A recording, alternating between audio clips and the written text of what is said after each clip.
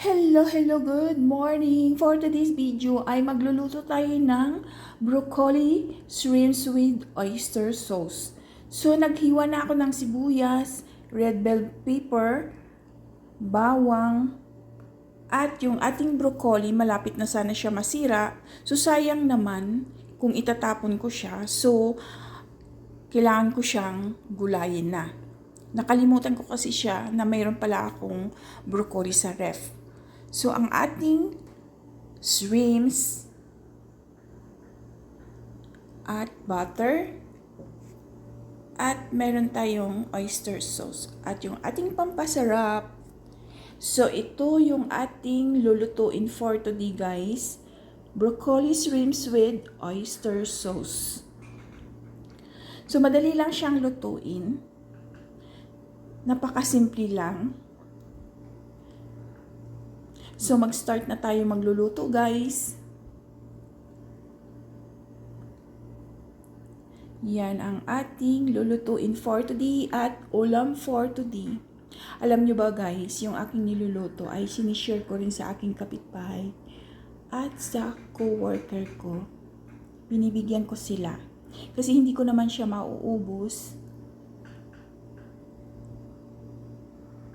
So, pinatitikman ko sa kanila kung masarap pa yung luto ko o hindi.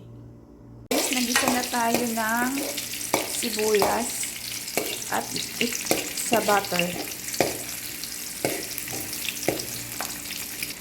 Nilagay na natin yung ating shrimps.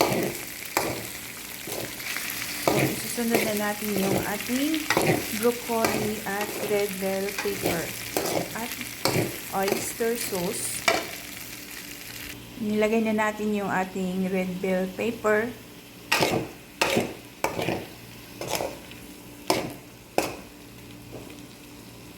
Nilagyan na natin siya ng oyster sauce.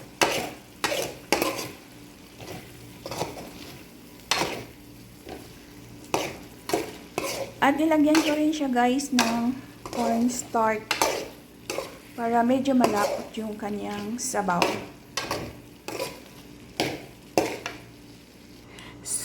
So ayan na, guys, nilagay na natin yung broccoli.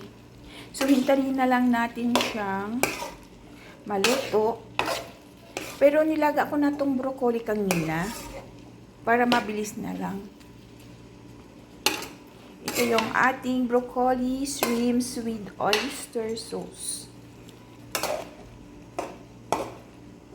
O diba, guys, mabilis lang lutuin to, guys.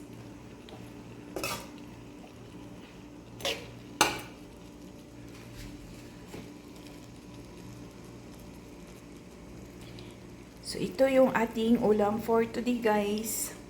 So, mag-share na naman ako sa aking kapitbahay.